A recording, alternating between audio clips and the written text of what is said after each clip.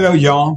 Tomorrow is the last day of the year. I want to give a little message here because tomorrow we're going to have our last event of my podcast, my live podcast, Building Resilience. It's going to be called The Lesson That 2024 Gave to Us.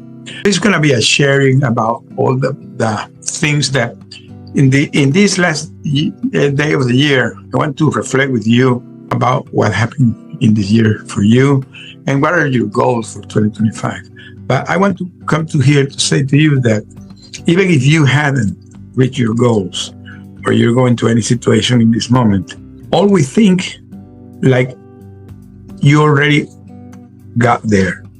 Always think and have the vision and the dreams where you want to be.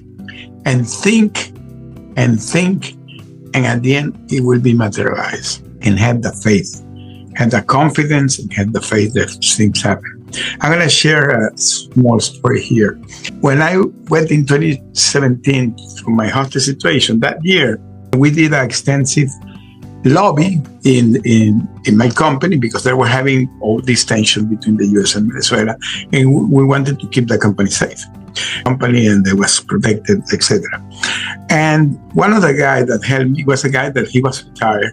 I brought him back as an advisor to help me because he had a very good knowledge of the company. When we finished all the job, I remember that he gave me one of these big dollar coin, that very rare dollar coin. They are big, that maybe today are collection coins. And he gave me one. And I told him, why are you giving me that? He said, because this is a lucky coin. I want to give it to you because that lucky coin will protect you and will keep you safe and will make you be successful in your life. Well, I put it in my wallet and I kept it. And to tell you the truth, I began to have a lot of faith and confidence in that lucky coin was there with me, was protecting me. But then happened my hostage situation almost 1 year after. When I became hostage, they took me everything. Took everything, including my wallet.